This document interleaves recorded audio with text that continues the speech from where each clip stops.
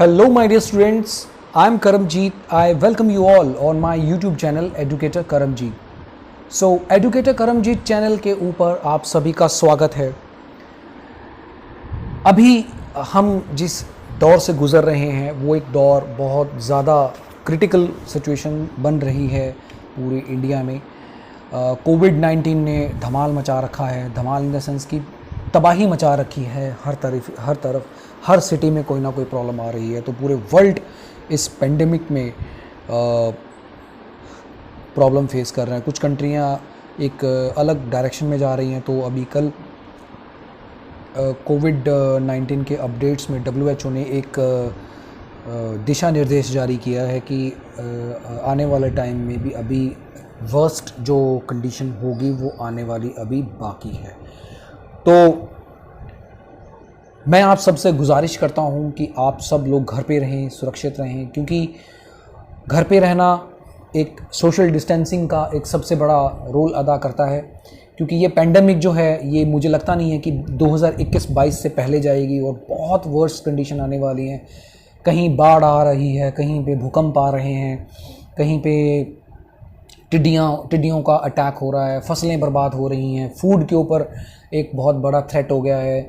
तो ये बेसिकली जो आप समझते हैं कि मैं क्या बात करने जा रहा हूँ, हमने इन्वायरमेंट के साथ बहुत बड़ा खिलवाड़ किया है। हमने कुदरत के साथ छेड़छाड़ की है। एक्चुअल में कुदरत के साथ छेड़छाड़ हमने जब से की है तब से हम उस कुदरत के जो उसके जो कॉन्स हैं, उनके जो नुकसान हैं वो हम देख रहे हैं। अपनी मर्ज़ी से हम लाइफस्टाइल चेंज कर रहे हैं, हेल्दी जीवन नहीं जी रहे हैं, कुछ भी जो मन में आ रहा खाए जा रहे हैं। तो थोड़ा सा लाइफस्टाइल को चेंज करिए, पढ़िए, घर पे रह के पढ़िए, अच्छे आर्टिकल्स पढ़िए, देश दुनिया के बारे में जानिए। तो एक मैं सेशन लेके आऊँगा आप सबके लिए, क्या क्या आपको पढ़ना चाहिए, क्या क्या नहीं पढ़ना चाहिए, वो सब चीज़ें हम डिस्कस करेंगे अपने आने वाले सेशंस में। तो चलिए ज़्यादा टाइम हम वेस्ट नहीं करते हैं, तो इंग्लिश लैंग्वेज में हम अपनी पकड़ बनाते हैं। तो मैं करमजीत सिंह आपको अपने चैनल पर स्वागत करता हूं। देखिए, एक चीज़ मैं आपको बताना चाह रहा हूं, मेरे चैनल के ऊपर आपको डिफरेंट सोर्सेज से जो मैं चीज़ें उठाता हूं, चाहे वो हैंड रिटन हो, चाहे वो पिक्चर की फॉर्म में हो, आप सिर्फ लर्न करिए। डू नॉट नीड कि आप इसको हर बार टाइप करना होता है। मेरे पास टाइम कम होता है क्योंकि मैं खुद भी अपनी गवर्नमेंट एग्ज़ाम्स की प्रेपरेशन कर रहा हूँ। तो मैंने ये मेरा मोटिव है कि गवर्नमेंट प्रेपरेशन के साथ साथ मैं आपको एजुकेशन में भी लेके जाऊँ। तो ये मेरा एक फ्यूचरिस्टिक प्लान है। तो इसी के साथ मैं बड़े वाइड लेवल पे भी आऊँगा, अभी नहीं, लेकिन अभी मेरा मोटिव सिर्फ गवर्नमेंट अपॉर्चुनिटी ग्रैब करना है। तो सबसे पहले वो ग्रैब कर लें, फिर उसके बाद अपने पास और भी बहुत सारे काम होंगे। ये एक अलग ये मेरा एक टारगेट है, बट ये शायद मुझे आपको नहीं बताना चाहिए, but it is my own target. जब भी आप चैनल सर्च करना चाहते हैं तो #एजुकेटर करमजीत आप करेंगे। ये जो हैशटैग है, ये नई चीज़ मुझे पता चली, क्योंकि कई बार जब आप जिस टेक्नोलॉजी के साथ आप काम करते हैं आपको बहुत सारी चीज़ें लर्न करने को मिलती हैं। तो ऐसे ही ये चीज़ मुझे पता चली कि जब भी आप YouTube चैनल के ऊपर आप स्पेसिफिक आपके पास एक चैनल है तो आप उसको #एजुकेटर करमजीत अगर आप फाइंड आउट करते हैं तो डायरेक्टली आप मेरे पेज के ऊपर आ जाएंगे। तो इस तरह से आप मेरे पेज के ऊपर आ सकते हैं विदाउट एनी स्पेस। इसमें कोई भी स्पेस नहीं देना है। तो चलिए फिर सेशन की शुरुआत करते हैं। हम कुछ फ्रेजल वर्ब्स में 30 स्पेशल फ्रेजल वर्ब्स लेके आया था, जो वीक के न्यूज़पेपर में से मैंने निकाले हैं, जो आपको भी पता चलेगा कि हम जो क्वालिटी ऑफ एजुकेशन है हम किस तरह से हम ग्रैब कर सकते हैं। डजंट मीन कि आपको पिक्चर होना ज़रूरी है, चलिए मतलब मेरी फेस होना ज़रूरी है, ठीक है। चलिए, ईडियम एंड फ्रेजेस। तो पहला वर्ड है हिट होम। हिट होम का मतलब हो गया टू बी फुली अंडरस्टूड और एक्सेप्ट ऑल द ट्रू और रियल। कोई भी ऐसी चीज जो आप अंडरस्टैंड करते हैं जो कि रियल है is called hit home. Okay, next question.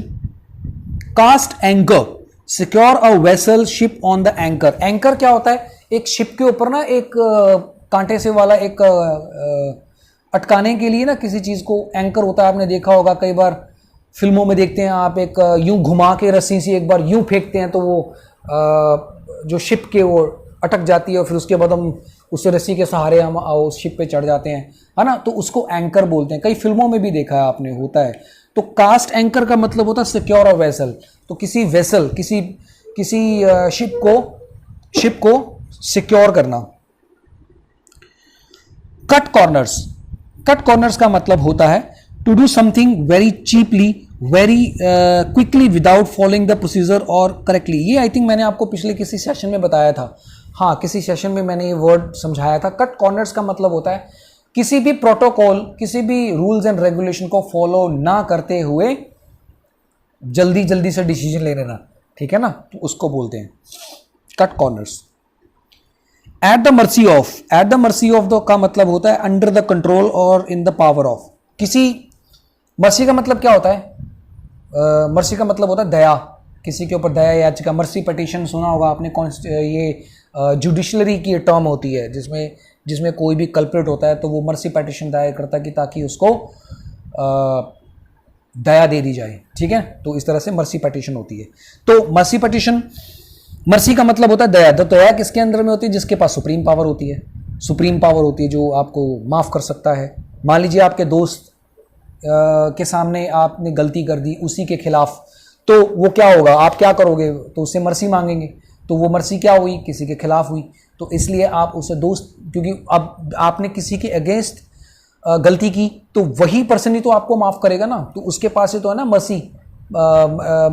Mercy को माफ़ करने के लिए, है ना, पिटीशन या जो भी आप टर्म यूज़ करना चाहते हैं।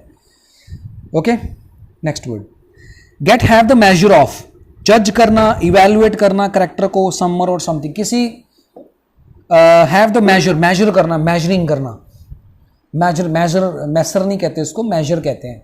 किसी को जज करना, किसी को किसी चीज़ के बारे में, किसी के बारे में, तो मेजर ऑफ समथिंग। वॉक और गो डाउन मेमोरी लेन, वॉक और गो डाउन, नीचे चले जाना या वॉक पीछे चले जाना, पीछे वाली या बातें याद करना is called go down memory lane. Remember happy things happened in the past, कोई ऐसी चीज़ें जैसे आप प्रीवियस में जैसे आप नहीं देखते कि कई बार आपको पुरानी यादें याद आ जाती हैं, आप कुछ याद करने लगते हैं तो आपको लगता है यार क्या दिन थे यार, क्या ब्यूटीफुल डेज थे वो जो हमने एक साथ बिताए थे, जब कपल्स होते हैं या दोस्त होते हैं, व्हाटएवर। ओके, तो उस केस में हम क्या कहते हैं? Walk and go down memory lane. Know for a fact that, use to highlight that you are certain something is true और surely. Know for a fact, fact का मतलब क्या हो गया? सच, और ट्रू, श्योरली। जब हम कभी कोई बात करते हैं, जैसे हम नहीं कहते फैक्ट एंड फिगर्स के ऊपर बात करिए यार आप, है ना, तो उसको बोलते हैं फैक्ट। तो know for a fact that, use to highlight that you are certain something is true. To be easier said than done, जो कहा उससे भी आसान। Use to say that something sounds like a good idea in theory but it would be very difficult to do. सुनने में तो अच्छा लगता है लेकिन करने में बहुत मुश्किल है। कहते हैं ना it is easier than done, मतलब आपके कहने से क्या होता है सर, आप तो बड़ा आसानी से बोल रहे हैं लेकिन करना बहुत मुश्किल है। Whatever you are saying is very easy but it would be very difficult to do, it would be easier than done. तो एक ना यहां पर एक वर्ड है साउंड्स लाइक, इसका मतलब क्या होता है? साउंड्स लाइक गुड ऐसे बोल दो तो इसका मतलब है यार सुनने में तो अच्छा लग रहा है। साउंड्स लाइक बैड, सुनने में बहुत बुरा लग रहा है यार। Sounds like bad, sounds like good, तो गुड का एक्सप्रेशन क्या होगा? खुशी वाला होता है। साउंड्स लाइक बैड तो कैसा हो गया एक्सप्रेशन? दुखी वाला हो गया। ओके, कई बार ऐसे वर्ड भी आपको आप स्पीकिंग में बोलिए। स्टेटस को एंटे, ये हमने तो बताया हुआ है, वही यथास्थिति रहना, ये तो आप देख लेना, चेक कर लेना, प्रीवियस लेक्चर में मैंने बताया हुआ है।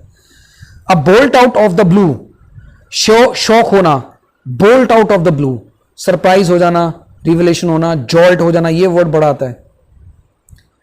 The jury is still out, the jury is still out का मतलब होता है a final decision has not yet been reached, कोई भी ऐसा डिसीजन जो अभी तक नहीं आया है। The jury is still out, मतलब ज्यूरी कौन होते हैं? जो फैसला सुनाने वाले।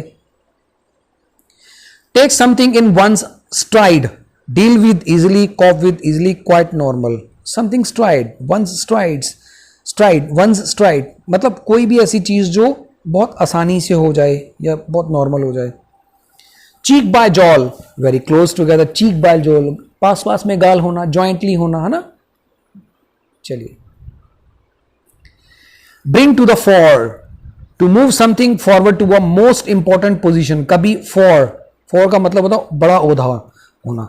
To move something forward to a most important position, जो मोस्ट इंपॉर्टेंट पोजिशन होती है उसमें, ओके, किसी पोजिशन पे पहुंच जाना। Push the envelope, extend to limit of what is possible, try new things that have not been accepted or tried before। वो चीजें जो आपने कभी भी पहले नहीं की हैं, जब आप नई चीजें करने जा रहे हैं तो उसको कहते हैं पुश द एनवेलप। एनवेलप क्या होता है? जिसमें आप लेटर सेंड करते हैं। To one's credit, use to mention that someone deserves praise, admiration for his achievement. किसी को use to mention that someone deserve praise, उस पर्सन को जो तारीफ के काबिल हो।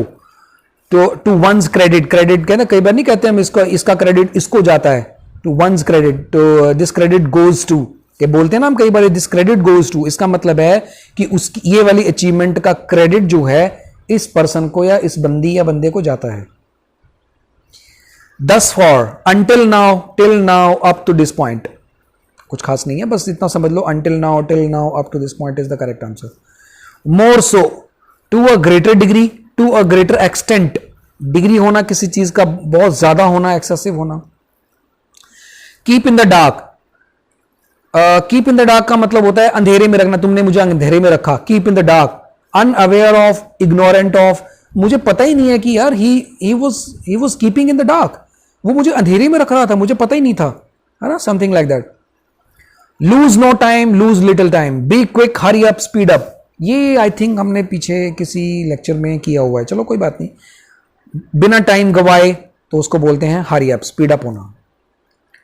In due course, at the appropriate time, eventually, किसी काम को अप्रोप्रिएट टाइम में करना, उसी वक्त करना जब उसका सुटेबल टाइम हो, तो ड्यू कोर्स। ये कई बार न्यूज़पेपर में किसी आर्टिकल में कहीं आता है।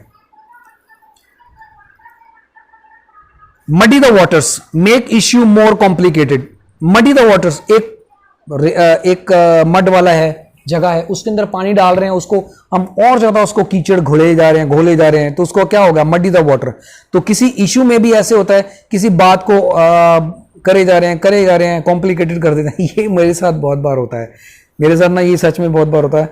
जो चीजें आसानी से टाली जा सकती हैं तो मुझसे वो कॉम्प्लिकेटेड हो जाती हैं, पता नहीं क्यों। बाद में फिर मुझे रियलाइज भी होता है कि मैंने क्या कर दिया। I am sorry for that. At the hands of, as a consequences of someone actions, किसी के हाथ में होना, कोई किसी चीज का होना। At someone's mercy, under the control of power, ये हमने कर लिया ना, okay. At will, as one wishes, owing to, due to, because of, किसी के जैसे आपकी विल है, आप कुछ भी कर सकते हैं। अगर आप टैलेंटेड है तो आप अपने व्लॉग्स बनाइए, कोई दिक्कत नहीं है, आप कुछ भी कर सकते हैं। It is up to you. To at wishes, it is your wish. Shine a light, to examine something word precisely order to make it more clear, मतलब किसी चीज को और ज्यादा क्लियर करना, एग्जामिन करना, क्लैरिटी लेके आना किसी चीज को, shine a light. Make a mockery of, make something to look foolish और absurd, make something to look foolish, foolish मतलब मॉकरी, फुलिश होना, किसी को बेवकूफ बनाना। Get tough on, to deal with something strictly, किसी से स्ट्रिक्टली पेश आना। Exchange of fire, an incident in which two opposite side shoots at each other, किसी एक दूसरे को शूट करते हैं, चाहे वो गोली से करें, चाहे वो किसी हथियारों से करें। And the last question of the day, hold someone to account, to require a person और person to explain or accept responsibility for his or her action, to blame, punish someone for what has occurred, किसी के against जो action करना, जिसने कोई गलती की हो, या कोई रिस्पॉन्सिबिलिटी किसी को देना उसकी कि ये आपकी रिस्पॉन्सिबिलिटी है आप करना, या समथिंग लाइक दैट, तो उस तरह से हम बोलते हैं। तो चलिए, ये था आज का सेशन। आई होप आपको ये समझ में आया होगा। तो इसी तरह से मैं आपको फ्रेजल वर्ब्स वीक में 1-2 बार लेता हूँगा। बहुत अच्छे हैं जो एग्ज़ाम के पॉइंट ऑफ व्यू में हमें ना आर्टिकल में आ भी जाते हैं और हमें पता भी नहीं चलता, हमें बस रटा मारने की कोशिश हम करते हैं बस, और कुछ हमें समझ में नहीं आता कि हम क्या करने जा रहे हैं। ठीक है, तो चलिए इन्हीं शब्दों के साथ हम आज के सेशन का एंड करते हैं। Thank you for watching this video. Stay happy, stay safe. जय हिंद, जय Bharat. Stay tuned. Bye bye.